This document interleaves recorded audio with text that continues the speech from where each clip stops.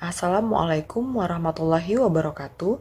Perkenalkan, kami dari kelompok 6 yang berakmodakan saya sendiri Dwi Tridesvira dan rekan saya M. Syukri Adi Irsyad akan mempresentasikan topik 7 dari mata kuliah Etika Bisnis dan Profesi, yaitu mengenai Business Ethics Essentials.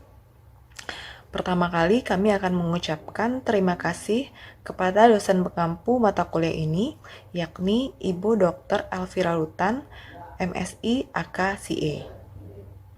Materi presentasi ini kami ambil dari buku referensi utama, yaitu Business and Society Ethics and Stakeholders Management, edisi ke-10 dengan penulis Archie B. Carroll dan Anne Cabot. Pada presentasi ini ada beberapa hal yang akan kami bahas. Untuk outline presentasi adalah sebagai berikut. Yang pertama, opini publik tentang etika bisnis. Yang kedua, etika bisnis, beberapa konsep dasar. Yang ketiga, etika, ekonomi, dan hukum yang digambarkan dalam suatu diagram Venn. Yang keempat, 3 modal manajemen etika. Yang kelima, pengembangan penilaian moral. Dan yang terakhir adalah elemen penilaian moral. Masuk pada pembahasan pertama, yaitu mengenai opini publik tentang etika bisnis. Opini publik tentang etika bisnis dapat dikategorikan pada 2 tingkat. Yang pertama, pada tingkat yang lebih luas, adalah persepsi umum tentang etika bisnis oleh publik, dan yang kedua, pada tingkat yang lebih sempit, yaitu persepsi khusus tentang apa yang terjadi di dalam organisasi. Jajak pendapat yang dilakukan oleh Gallup pada bulan Desember 2015 tentang opini publik mengenai bisnis eksekutif mengungkapkan bahwa hanya 17% dari publik yang berpikir eksekutif bisnis memiliki etika tinggi atau etika yang sangat tinggi. Ini merupakan penurunan dari 21% yang menilai mereka tinggi dalam kategori yang sama pada tahun 2012. Kategori tertentu dari pebisnis bahkan memiliki peringkat etika yang lebih rendah. Dapat dilihat dari polling Gallup tersebut bahwa masyarakat tidak terlalu menjunjung tinggi etika bisnis. Tidak ada keraguan bahwa arus skandal etika yang tak ada habisnya di masa lalu telah berkontribusi secara signifikan terhadap kurangnya kepercayaan ini. Kemudian, Ethics Research Center juga melakukan survei etika bisnis, yaitu National Business Ethics Surveys, dan menghasilkan beberapa temuan utama, diantaranya, yang pertama, pelanggaran yang diamati, yaitu 41% dari pekerja melaporkan telah mengamati pelanggaran. Nilai ini mengalami penurunan sedikit dari 2 tahun sebelumnya. Yang kedua, pelaporan atas perilaku buruk. 63% pekerja yang disurvei menceritakan bahwa mereka telah melaporkan perilaku buruk yang mereka amati. Nilai ini juga mengalami penurunan sedikit lebih dari 2 tahun sebelumnya. Yang ketiga adalah pembalasan terhadap pekerja. Pembalasan terhadap pelapor pelanggaran sebesar 21%. Nilai ini hampir sama dengan 2 tahun sebelumnya. Dan yang terakhir yaitu tekanan untuk berkompromi. Presentasi karyawan yang melaporkan bahwa mereka merasakan tekanan untuk mengkompromosikan standar untuk melakukan pekerjaan mereka adalah sebesar 9%, yang merupakan penurunan dari 2 tahun sebelumnya. Salah satu cara dalam memandang masalah etika dalam bisnis, yaitu dengan melihat bagaimana publik melihat etika bisnis saat ini dibandingkan dengan sebelumnya. Ini menggambarkan semakin terputusnya harapan masyarakat tentang etika bisnis dan etika dalam praktik.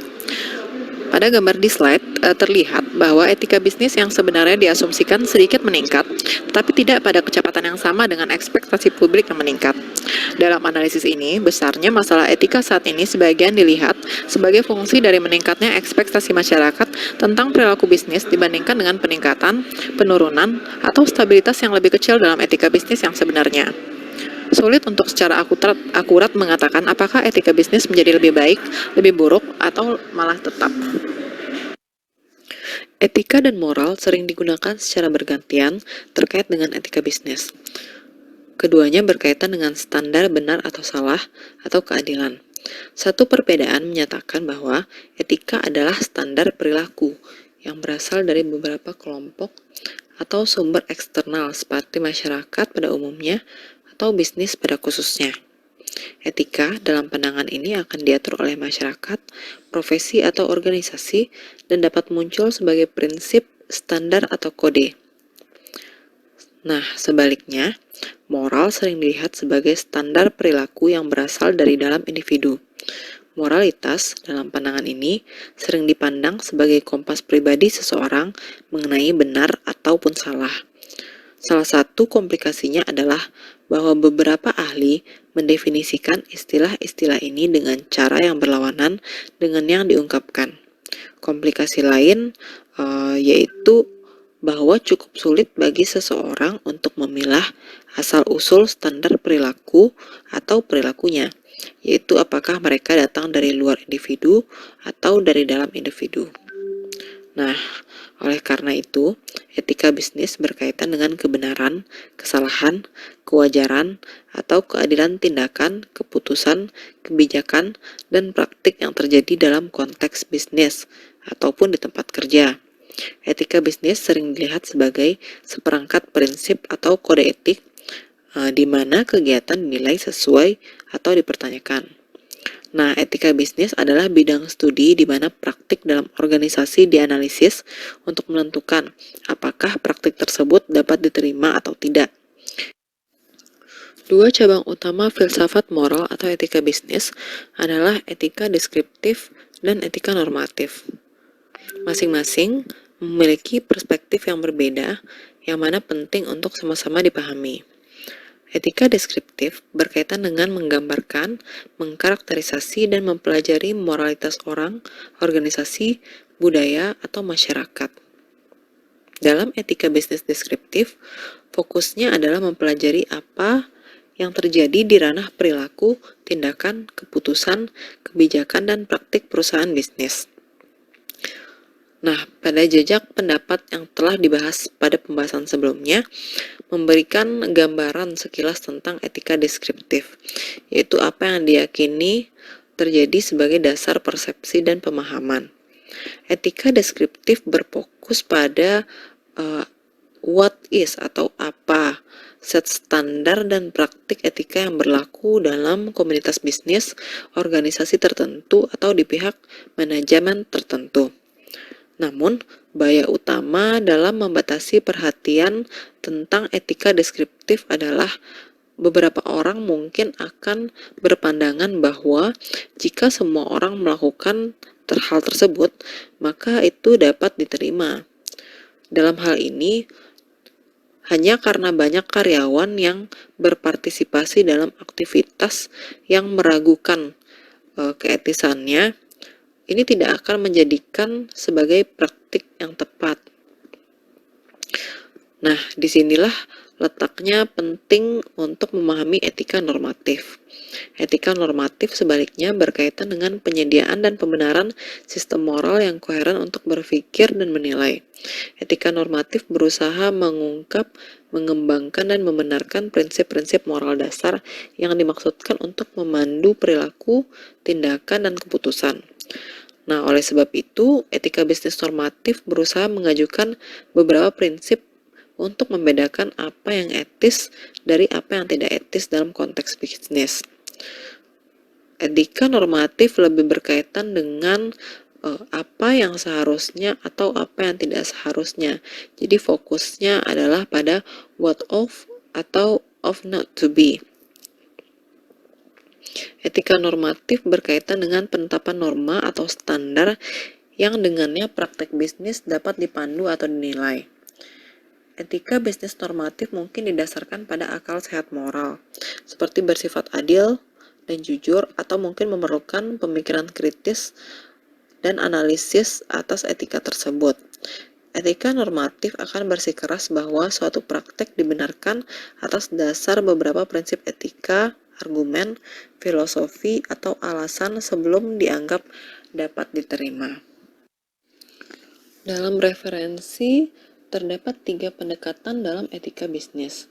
Yang pertama adalah conventional approach atau pendekatan konvensional, di mana pendekatan ini berdasarkan bagaimana masyarakat normal saat ini memandang etika bisnis. Kemudian yang kedua adalah principle approach atau pendekatan prinsipal.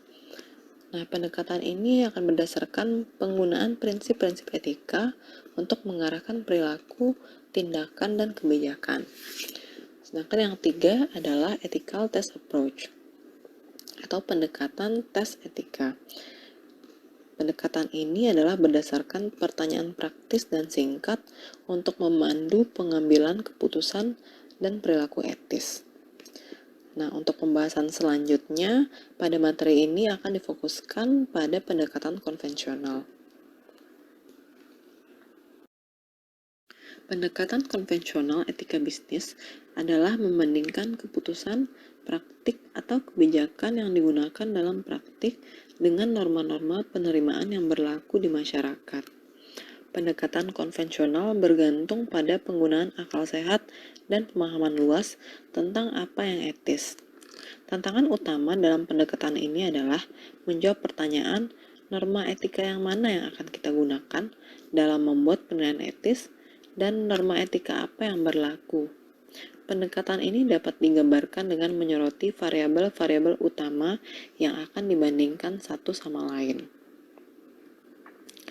yaitu keputusan atau praktik saling berpengaruhi pada norma yang berlaku.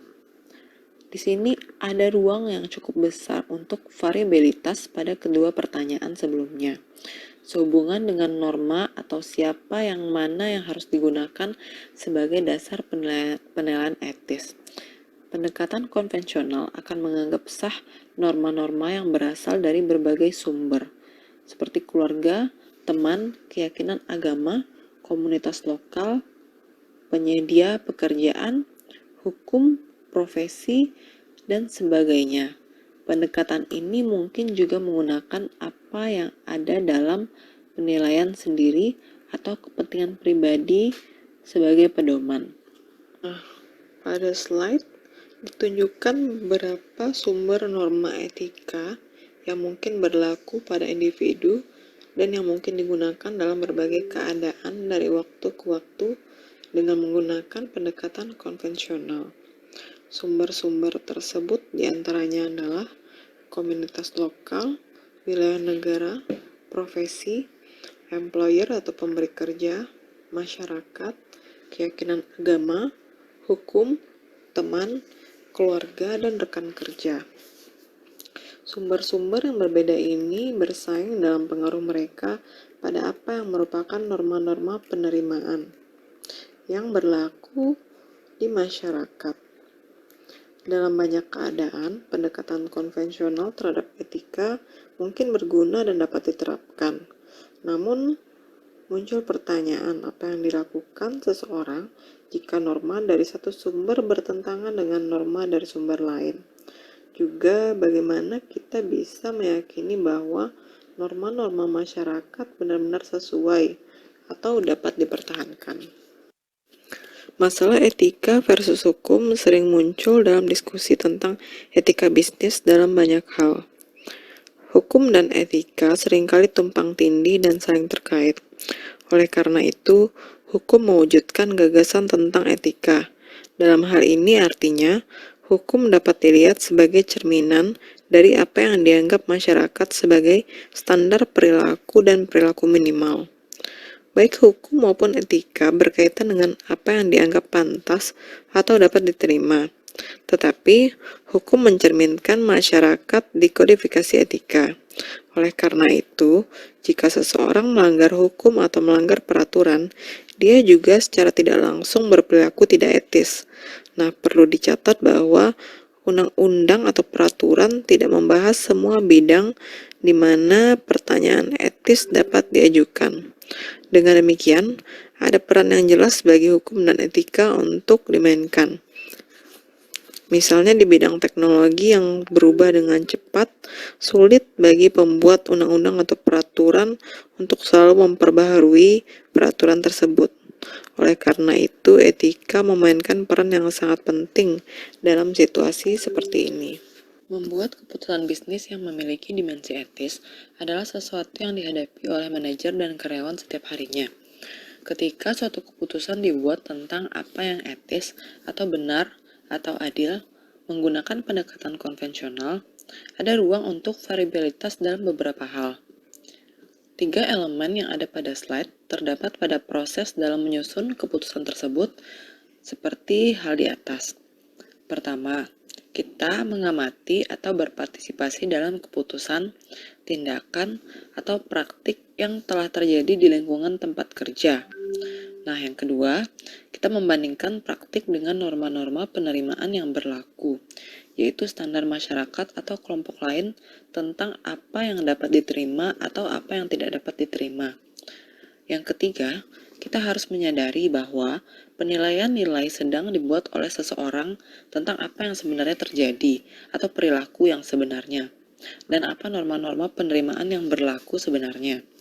Ini berarti bahwa dua orang yang berbeda dapat melihat perilaku atau praktik yang sama, membandingkan dengan keyakinan mereka tentang norma-norma yang berlaku dan mencapai kesimpulan yang berbeda mengenai apakah perilaku itu adalah perilaku yang etis atau perilaku yang tidak etis. Nah, faktanya, ini terjadi sepanjang waktu dan benar-benar merupakan dasar dari banyak analisis etis yang terjadi. Proses penilaian ini menjadi cukup kompleks, karena persepsi tentang apa yang terjadi, apakah itu etis atau tidak, pasti mengarah pada tugas yang sulit untuk membuat peringkat nilai-nilai yang berbeda antara satu dengan yang lainnya.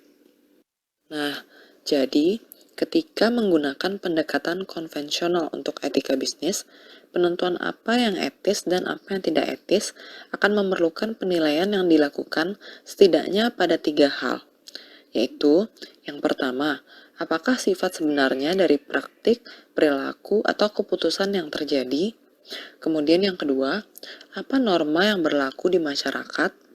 Dan yang terakhir, penilaian nilai yang seperti apakah yang dibuat oleh seseorang tentang praktik atau perilaku dan bagaimana persepsi orang tersebut tentang norma yang berlaku.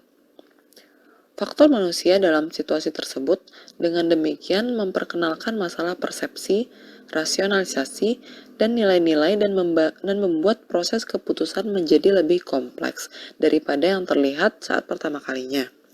Pendekatan konvensional terhadap etika bisnis dapat menjadi berharga karena kita semua perlu menyadari dan peka terhadap lingkungan secara keseluruhan di mana kita berada. Nah, kita perlu menyadari bagaimana masyarakat memandang masalah etika. Namun, hal tersebut juga memiliki keterbatasan, dan kita juga perlu menyadari bahwa hal yang paling berbahaya adalah ketika kita jatuh ke dalam relativisme etis, di mana kita memilih sumber norma mana yang ingin kita terapkan atas dasar apa yang akan membenarkan tindakan kita saat ini atau memaksimalkan kebebasan kita. Dalam banyak keputusan bisnis, etika, ekonomi, dan hukum semuanya saling terkait. Ketika kita fokus pada etika dan pengambilan keputusan yang etis, maka akan berguna untuk mempertimbangkan elemen-elemen utama yang menjadi pertimbangan saat membuat penilaian etis. Dalam sebagian besar situasi pengambilan keputusan, etika, ekonomi, dan hukum menjadi variabel utama yang harus dipertimbangkan dan diseimbangkan satu sama lain dalam upaya membuat keputusan yang bijaksana dan masuk akal. Tanggung jawab secara ekonomi, hukum, dan etika perusahaan dapat digambarkan dalam sebuah model diagram Venn yang menggambarkan bagaimana tindakan, keputusan, praktik, atau kebijakan tertentu memenuhi 1, 2, atau 3 dari kategori tanggung jawab ini. Model diagram Venn ini yang menggambarkan potensi tumpang tindih dari ketiga kategori tanggung jawab ini. Nah, di area 1 pada diagram, di mana keputusan, tindakan, atau praktik memenuhi ketiga tanggung jawab tersebut, maka pedoman manajemen adalah untuk menjalankan hal tersebut. Artinya, tindakannya adalah menguntungkan secara ekonomi, sesuai dengan hukum, dan mewakili dari perilaku etis. Di area 2A, kita dapat melihat yaitu tindakan yang sedang dipertimbangkan karena memenuhi keuntungan dan status legalnya. Namun, status etisnya mungkin tidak pasti. Nah, pedoman perusahaan di sini adalah untuk melanjutkan dengan hati-hati. Dalam situasi seperti ini, tindakan etika perlu dipertimbangkan dengan cermat. Lalu kita dapat melihat di area 2B. Tindakan tersebut menguntungkan dan berlaku secara etis, tetapi mungkin peraturan atau undang-undang tersebut tidak secara jelas menangani masalah tersebut atau bersifat ambigu. Jika hal tersebut etis, ada kemungkinan besar hal itu juga legal, tetapi pedomannya sekali lagi adalah untuk melanjutkan dengan hati-hati. Di area 3 diagram, Tindakan itu dapat kita lihat secara legal dan etis, namun tidak menguntungkan. Oleh karena itu, strategi di sini adalah menghindari tindakan tersebut atau menemukan cara untuk membuatnya menjadi menguntungkan. Namun dalam beberapa kasus, mungkin ada yang memaksa untuk mengambil tindakan itu jika tindakan itu secara legal dan etis berlaku. Dan dengan demikian, mewakili hal yang benar untuk dapat dilakukan. Nah, dalam upaya untuk memahami konsep dasar etika bisnis, maka akan sangat berguna untuk berpikir dalam kerangka model etika utama yang mungkin menggambarkan berbagai jenis manajemen atau etika bisnis yang ditemukan dalam dunia organisasi. Nah, terdapat 3 model atau jenis dari manajemen etis. Yang pertama, manajemen immoral atau manajemen tidak bermoral. Yang kedua, manajemen moral. Dan yang ketiga, manajemen amoral. Yang pertama, kita akan membahas tentang manajemen immoral atau manajemen tidak bermoral. Manajemen immoral didefinisikan sebagai pendekatan yang tidak memiliki prinsip atau ajaran etis dan pada saat yang sama menyiaratkan oposisi positif dan aktif terhadap apa yang etis. Keputusan, perilaku, tindakan, dan praktik manajemen yang immoral bertentangan dengan norma dan prinsip etika. Model ini berpendapat bahwa motif manajemen adalah egois dan hanya peduli atau terutama pada keuntungan sendiri atau organisasinya. Jika aktivitas manajemen secara aktif bertentangan dengan apa yang dianggap etis, ini menunjukkan bahwa manajemen memahami benar dan salah, namun tetap memilih untuk berbuat salah. Dengan demikian, motifnya dianggap serakah atau egois. Nah, dalam model ini, tujuan manajemen adalah semata-mata untuk probabilitas dan kesuksesan organisasi dengan harga berapapun yang harus dicapainya. Manajemen tidak memperdulikan klaim pemangku kepentingan lain untuk diperlakukan secara adil. Manajemen yang tidak bermoral menganggap standar hukum sebagai hambatan yang harus dihindari atau diatasi oleh manajemen untuk mencapai apa yang diinginkannya. Manajemen yang tidak bermoral akan segera terlibat dalam aktivitas ilegal seperti dalam aktivitas tidak bermoral atau aktivitas yang tidak etis. Yang kedua adalah manajemen moral. Manajemen moral sesuai dengan standar tertinggi perilaku etis atau standar perilaku profesional. Meskipun tidak selalu jelas tingkat standar etika yang berlaku, manajemen moral berusaha untuk menjadi sangat etis dalam hal fokusnya pada peningkatan norma etika dan standar perilaku profesional. Manajemen moral memiliki cita-cita untuk berhasil, tetapi hanya dalam batas-batas ajaran etika yang sehat, yaitu standar yang didasarkan pada norma-norma seperti keadilan, penghormatan terhadap hak, dan proses hukum. Motif manajemen moral akan disebut adil, seimbang, atau tidak mementingkan diri sendiri. Tujuan organisasi terus menekankan terhadap probabilitas, tetapi tetap hanya dalam batas-batas kepatuhan hukum dan responsif terhadap standar etika. Manajemen moral mengejar tujuan profitabilitas, legalitas, dan etika baik yang diperlukan maupun yang diinginkan. Nah, manajemen moral tidak akan mengejar keuntungan dengan mengorbankan hukum dan etika yang sehat. Hukum akan dipandang sebagai standar minimal perilaku etis karena manajemen moral berusaha untuk beroperasi pada tingkat di atas apa yang diamanatkan oleh undang-undang atau peraturan.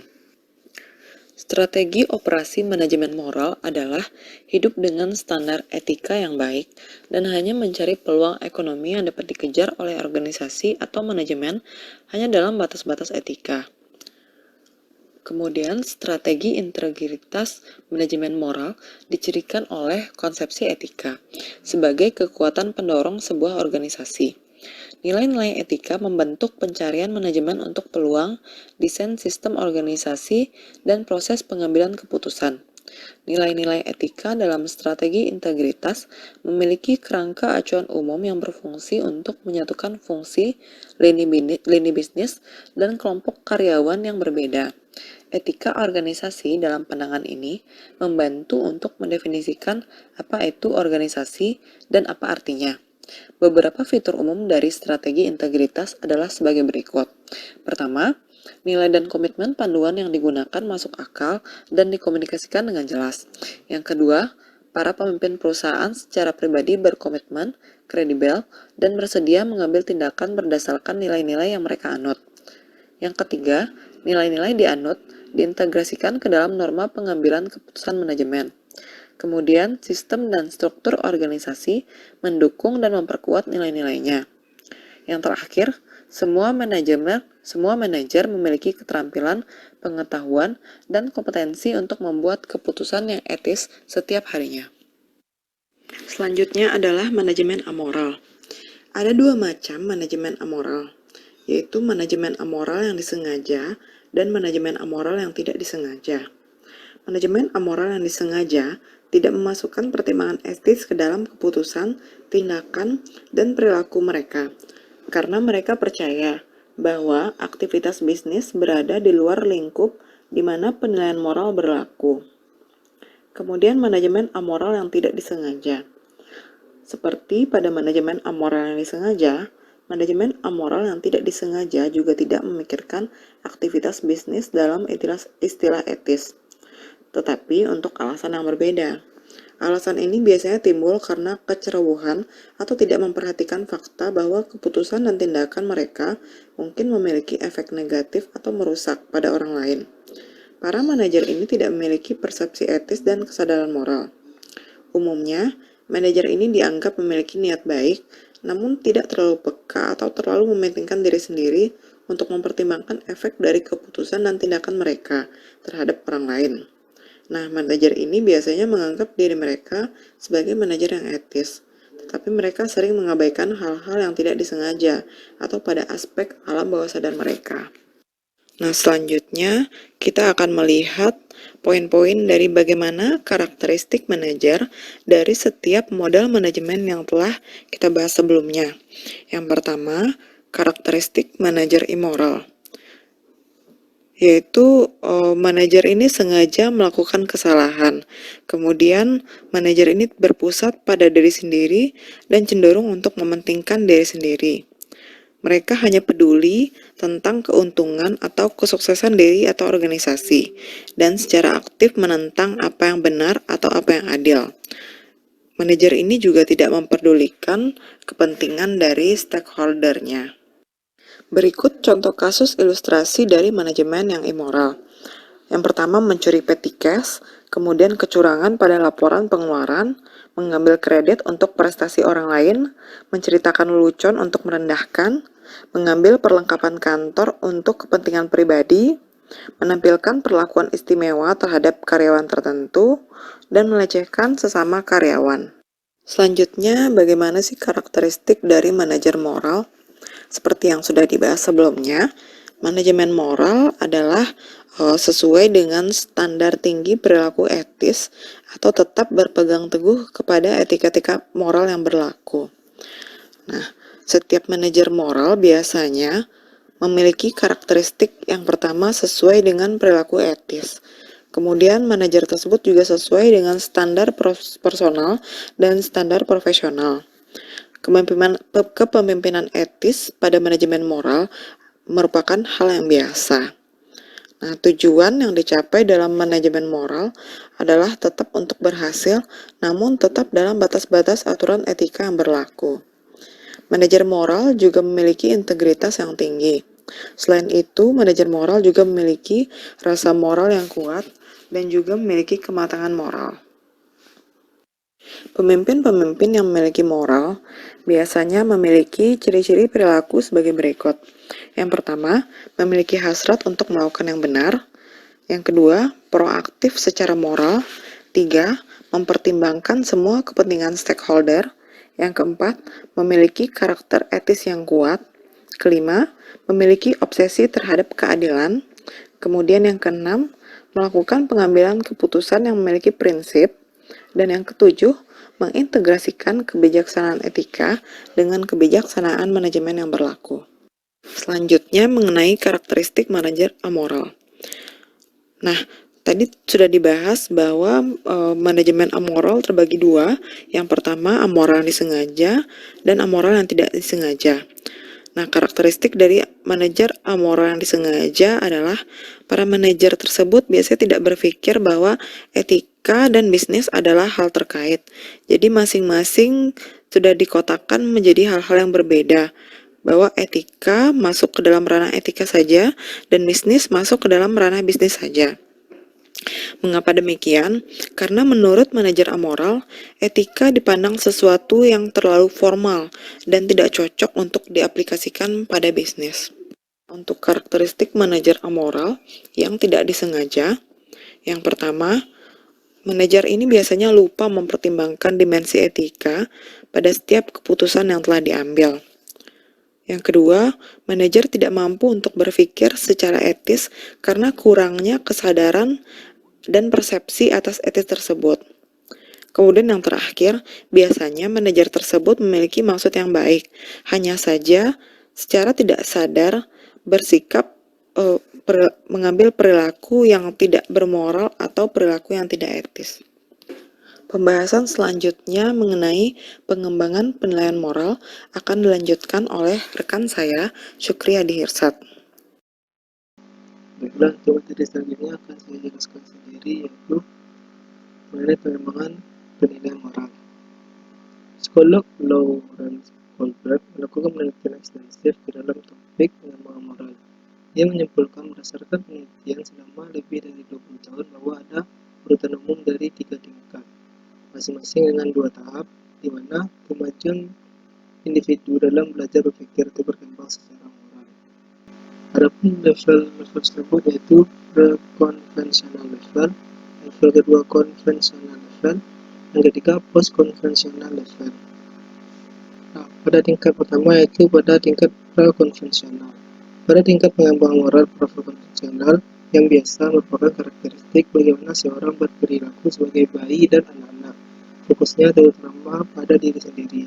Saat bayi mulai tumbuh, bereaksi, perilaku utamanya adalah sebagai respon terhadap hukuman dan penghargaan. Tahap kedua yaitu tahap mencari imbalan. Anak itu mulai melihat beberapa hubungan antara menjadi baik dan beberapa hadiah yang mungkin akan datang.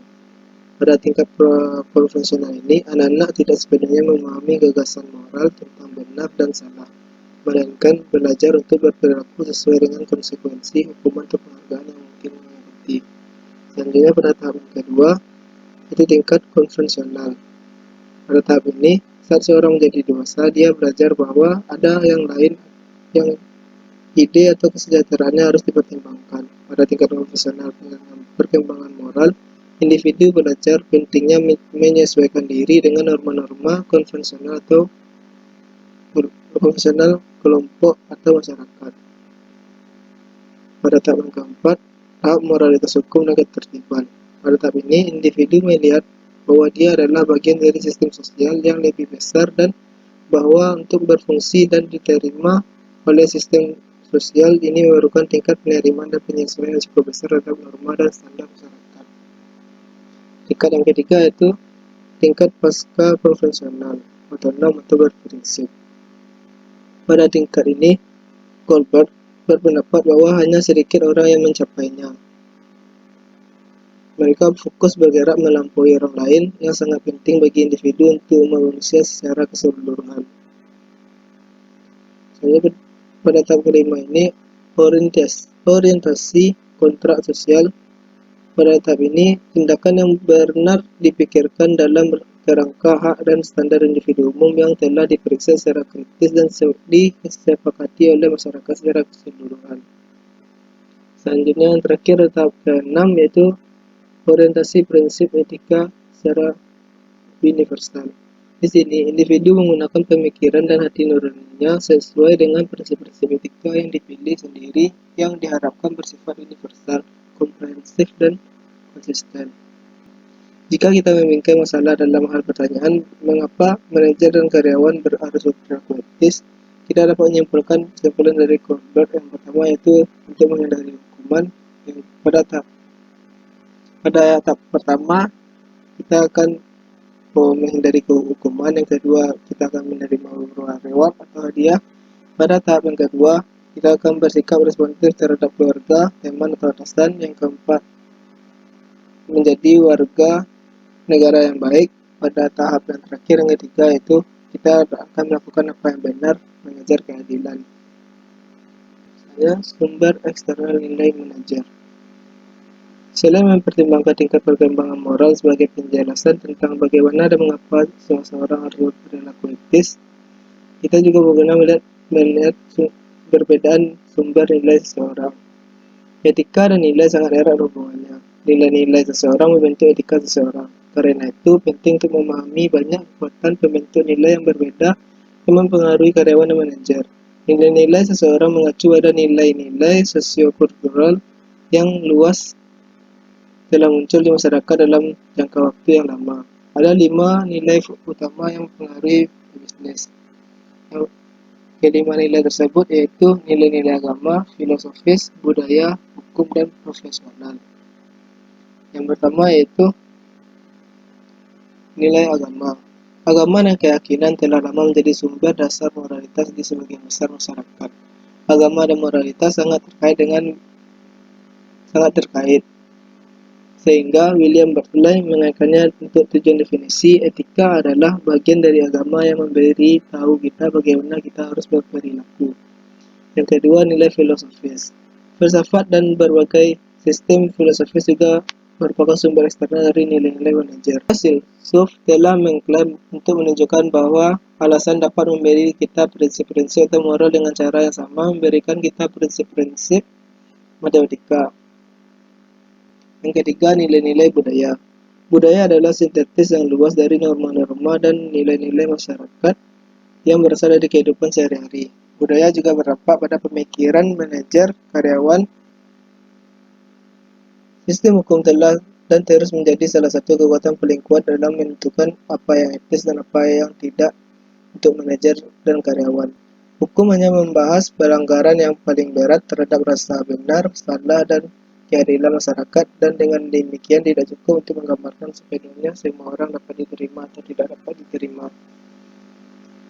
Yang kelima, nilai profesional. Ini termasuk nilai-nilai yang berasal dari organisasi dan masyarakat profesional yang mewakili berbagai pekerjaan dan posisi. Dengan demikian, mereka mungkin mengartikulasikan konsensus etis dari pemimpin profesi tersebut. Dan selanjutnya yaitu sumber internal nilai manajer. Ada sejumlah faktor yang lebih langsung yang membantu menyalurkan nilai-nilai dan perilaku individu. Nilai-nilai ini tumbuh dari pengalaman organisasi itu sendiri. Sumber internal dari nilai-nilai seorang manajer ini merupakan pengaruh yang langsung pada tingkatan dan keputusan seseorang. Ada beberapa norma internal yang lazim dalam organisasi bisnis. Yang pertama yaitu menghormati struktur otoritas. Yang kedua, loyalitas kepada atasan dan organisasi. Yang ketiga, kesesuaian dengan prinsip dan praktik. Yang keempat, kinerja penting di atas segalanya. Yang kelima, hasil dihitung di atas segalanya. Masing-masing norma ini dapat memberikan pengaruh besar dalam diri seseorang yang menempatkan standar etikanya sendiri di bawah standar etika organisasi. Kemudian terakhir itu mengenai elemen penilaian moral. Power and Vogel telah menyarankan bahwa ada 6 elemen atau kapasitas utama yang penting untuk membuat penilaian moral. Yang pertama itu imajinasi moral. Yang kedua, identifikasi dan pengaturan moral. Yang ketiga, evaluasi moral. Yang keempat, toleransi terhadap ketidaksepakatan dan ambiguitas moral. Yang kelima, integrasi kompetensi manajerial dan moral. Yang keenam, rasa kewajiban moral. Masing-masing mengungkapkan unsur penting dalam pengembangan penilaian moral, yang kemudian menjadi dasar bagi etika manajerial dan organisasi. Baiklah, kita akan membahas satu persatu. Yang pertama, imajinasi moral. Imajinasi moral mengacu pada kemampuan untuk memahami bahwa jaringan hubungan ekonomi yang bersaing pada saat yang sama merupakan jaringan hubungan moral atau etika. Kedua, identifikasi tatanan moral. Identifikasi moral dan ketertiban mengacu pada kemampuan untuk membedakan relevansi dan non-relevansi faktor moral yang memperkenalkan ke dalam situasi pengambilan keputusan. Yang ketiga yaitu evaluasi moral. Setelah masalah dibayangkan, diidentifikasi dan diurutkan, maka evaluasi harus dilakukan. Tantangan nyata dalam evaluasi moral yaitu mengintegrasikan kepedulian terhadap orang lain ke dalam tujuan dan legitimasi organisasi. Namun, dalam analisis terakhir, manajer mungkin tidak mengetahui jawaban atau solusi yang benar, meskipun kepekaan moral telah dimasukkan ke dalam proses tersebut. Yang keempat yaitu toleransi ketidakkesepakatan moral dan ambiguitas. Keberatan manajer sharing harus diskusi etika adalah jumlah kesepakatan yang dihasilkan dan volume ambiguitas yang harus ditoleransi. Ini harus diterima bagaimanapun karena ini adalah bagian alami dari diskusi etika. Yang pasti manajer membutuhkan penutupan dan ketepatan dalam keputusan mereka. Yang kelima, integrasi kompetensi manajerial dan moral. Integrasi kompetensi manajerial dan moral adalah kemampuan yang diperlukan untuk membuat keputusan etis dalam organisasi. Masalah moral dalam manajemen tidak muncul secara terpisah dari pengambilan keputusan bisnis tradisional, tetapi tepat di tengah-tengahnya. Yang terakhir itu kewajiban moral. Landasan untuk semua kapasitas yang telah kita diskusikan yaitu rasa kewajiban moral dan integritas. Kebijaksanaan ini adalah kunci dari proses, tetapi yang paling sulit untuk diperoleh. Mengembangkan rasa kewajiban moral memerlukan pemahaman intuitif atau yang dipelajari bahwa benang moral memperhatikan terhadap keadilan dan proses yang wajar bagi orang, kelompok, komunitas, dan dijalin ke dalam jalinan pengambilan keputusan manajerial dan merupakan komponen integral yang memegang sistem bersama-sama. Baiklah, selanjutnya kita akan masuk ke dalam kasus itu legislative ethics from Enron to Sarbanes Oxley, the impact on corporate America. Kembali ke latar belakang. Berdasarkan sejarah, kecurangan dan kegagalan dalam pelaporan keuangan bukanlah fenomena yang baru. Contohnya, pada tahun 1920 banyak terjadi kecurangan dan penipuan, seperti skema Ponzi, pelaporan keuangan yang curang, nilai pasaran tidak berdasar, hingga kehancuran di tahun 1930 yaitu terjadinya market crash di Amerika Serikat. Karena banyaknya kecurangan yang terjadi pada tahun 1920 hingga puncaknya pada tahun 1929, maka The Securities Act of 1934 membentuk SEC untuk mengatur perdagangan sekuritas, mengamanatkan standar akuntansi umum, dan mensyaratkan audit pada perusahaan publik. Namun, SEC ini tidak memecahkan masalah secara keseluruhan. Masih banyak kasus yang terjadi dari tahun 1934 hingga 2002. Banyak pelanggaran etika dalam pelaporan keuangan. Banyak terjadi pelanggaran etika dalam pelaporan keuangan, di mana mengakibatkan banyaknya perusahaan di Amerika Serikat yang bangkrut. Sejak tahun 1997, lebih dari 10% perusahaan di Amerika Serikat yang menyajikan kembali laporan keuangannya yang mengakibatkan rugi kapitalis pasar lebih dari 100 miliar dolar Amerika Serikat. Sehingga dibentuklah Sarbanes-Oxley pada tahun 2002. Kasus Enron, WorldCom, Herzog merupakan 3 kasus standar penipuan yang terbesar, menggambarkan bagaimana manajemen puncak melakukan penekanan pada karyawan untuk bertindak tidak tepat, keserakahan dan keuntungan pribadi, serta terjadinya kegagalan audit dan budaya korupsi yang dilakukan di dalam perusahaan. Pada bulan Juli 2002, Kongres Amerika Serikat menanggapi dengan Sarbanes-Oxley Act yang mengatur perilaku etis bagi perusahaan publik dan firma auditor mereka. Adapun tujuan dari penulisan tersebut misalnya artikel ini yang pertama yaitu membahas dan memaparkan standar pelaporan keuangan pada dekade yang lalu dan upaya legislatif Amerika Serikat yang dihasilkan untuk menerapkan perilaku etis dan mengendalikan timbulnya masalah pelaporan baru melalui Undang-Undang Sarbanes-Oxley, di mana dimulai dengan perspektif sejarah singkat yang diikuti oleh asersi konsekuensi etis dari undang-undang dengan diskusi tentang skandal korporat baru-baru ini, motif penipuan dan konsekuensinya. Yang kedua, untuk mengetahui dapatkah seorang pejabat pemerintah mengatur perilaku etis atau apakah budaya perusahaan untuk menentukan tindakan individu dan kelompok melalui tinjauan skandal korporat baru ini bersama dengan persyaratan Undang-Undang Sarwana Supply. Selanjutnya yaitu beberapa skandal yang mendasari terbentuknya Sarwana Supply pada tahun 2002. Yang pertama kita lihat dari kasus Enron. Enron merupakan perusahaan yang bergerak di bidang energi, di mana Enron memiliki cakupan bisnis yang luas, di antaranya yaitu listrik, gas alam, kertas, komunikasi, dan lain-lain.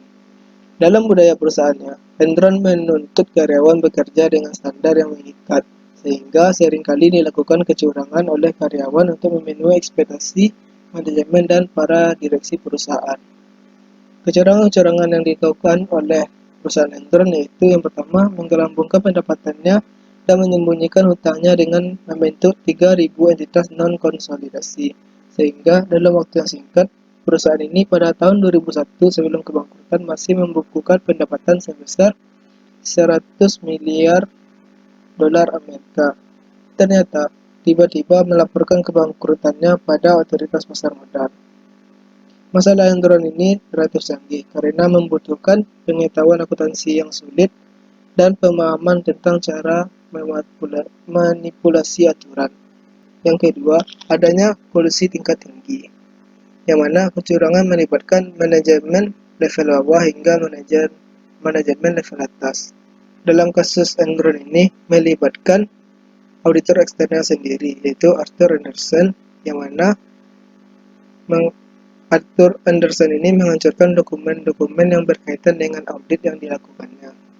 Kegagalan Enron di dalam sejarah akan menjadi salah satu kegagalan finansial yang spektakuler, tetapi juga sebagai titik balik dalam profesional peraturan akuntansi dan pelaporan keuangan perusahaan. Skandal yang kedua itu WorldCom. WorldCom merupakan perusahaan yang bergerak di bidang telekomunikasi. WorldCom mengancam akan memecat karyawan jika mereka tidak memenuhi permintaan untuk memasukkan pencatatan.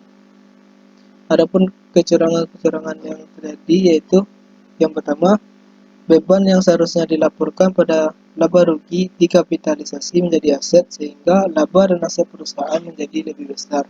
Sebagai akibat dari praktik akuntansi yang tidak etis dan curang ini, maka WorldCom harus menyajikan laporan keuangan kembali atau restatement laporan keuangan sehingga mengakibatkan rugi sebesar 9 juta dolar Amerika. Skandal yang ketiga yaitu HealthSoft.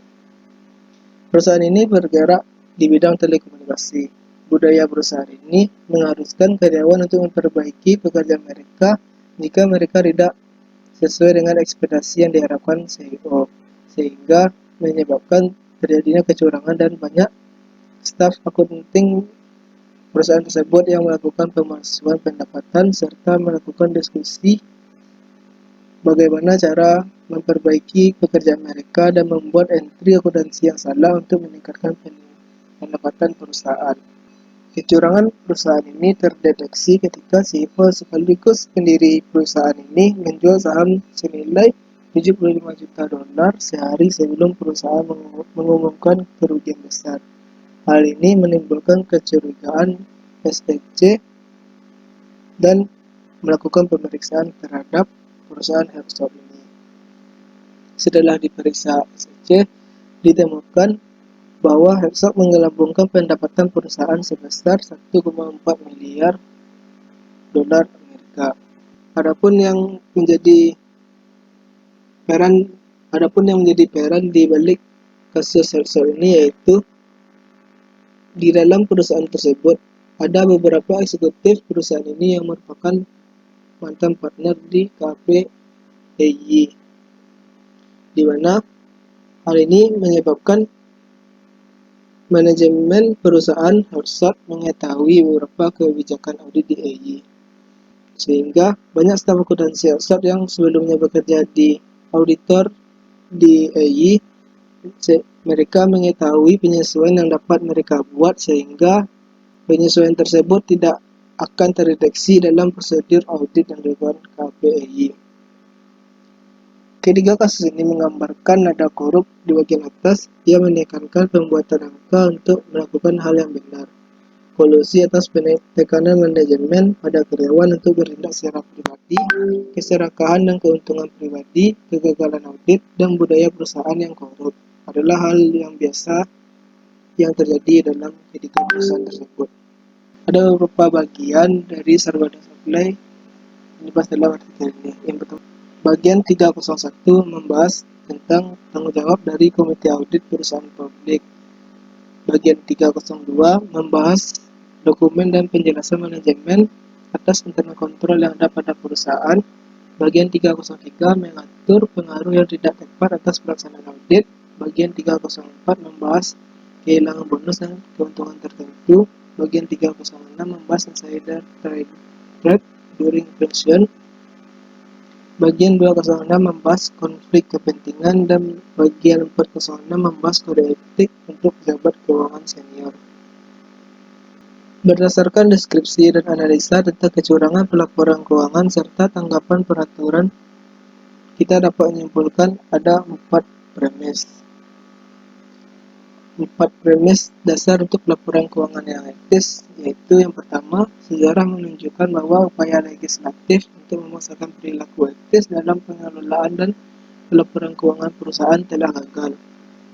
Yang kedua, kontrol perusahaan di dunia TI, teknologi informasi, tidak dapat dan tidak akan mencegah terjadinya penipuan pada perusahaan. Yang ketiga, budaya perusahaan yang kuat sebagai konteks dan nilai-nilai etika perusahaan yang terkenal sebagai pendorong perilaku adalah kondisi yang diperlukan untuk memperbaiki manajemen dan pelaporan keuangan. Yang keempat, kepatuhan terhadap hukum, kontrol internal, dan normal budaya perusahaan harus dibangun di atas penghargaan yang dapat diprediksi untuk perilaku yang benar, serta pemberian sanksi yang signifikan untuk perilaku yang tidak pantas yang didukung oleh sanksi sosial yang kuat. Adapun kesimpulan dari artikel ini yaitu penelitian ini telah mendokumentasikan kegagalan undang-undang pengendalian internal perusahaan dan budaya perusahaan untuk mencegah pelaporan keuangan yang tidak etis dan tidak benar. Tidak ada yang diambil sendiri, telah teruji waktu dalam menjamin perilaku etis perusahaan yang tepat. Maka Sarbanas memperluas dan memperdalam sanksi dan hukuman atas perilaku manajemen yang tidak etis, namun tidak mengatasi hubungan antara perilaku dan penghargaan manajemen. Sarbanas juga meminta fokus yang lebih besar pada pengendalian internal oleh manajemen senior. Sistem pengendalian internal termasuk kontrol TI tidak dapat membantu mengurangi kesempatan untuk perilaku curang atau tidak etis, namun tidak dapat menghilangkannya di dunia di mana hampir 50% perusahaan besar masih menggunakan spreadsheet dalam beberapa aspek pelaporan keuangannya. Akhirnya, kegagalan etika perusahaan bisa dibilang muncul dengan lebih hati-hati di perusahaan yang sangat sukses dan tidak memiliki dasar etika yang kuat ketika kondisi seperti yang disaksikan oleh studi kasus Bulgaria, Kotter, dan Academy. Ini adalah kombinasi dari budaya perusahaan etis yang kuat, dimulai dari dewan direksi, kontrol undang-undang, penghargaan, dan hukuman yang memberikan konteks untuk mendapatkan pelaporan keuangan yang etis dan transparan. Adapun perluasan paper kedepannya yaitu untuk pengembangan penelitian, diharapkan penelitian ke depan dapat mengeksplorasi interaksi antara budaya perusahaan, kontrol internal, kontrol masyarakat, dan penghargaan atau sanksi akan memberikan jawaban yang lebih baik daripada penelitian yang sudah ada untuk memperbaiki pelaporan keuangan perusahaan. Kedua, kita juga dapat mereplikasikan penelitian yang sama dengan sampel yang berbeda. Karena kita berada di Indonesia, sehingga kita dapat mengambil sampel skandal perusahaan yang terjadi di Indonesia sebagai analisis kode etik dari Ikatan Akuntan Indonesia, sehingga kita dapat memahami masalah-masalah yang ada dan menyajikan jawaban serta rekomendasi bagi pemangku kepentingan dan pihak-pihak terkait sehingga dapat diimplementasi untuk menuju pelaporan keuangan yang etis, daya banding tinggi, dan serta informatif. Demikianlah presentasi dari kami dari kelompok 6. Terima kasih atas perhatiannya. Mohon maaf atas segala kekurangan. Wabillahi taufiq walhidayah. Wassalamualaikum warahmatullahi wabarakatuh.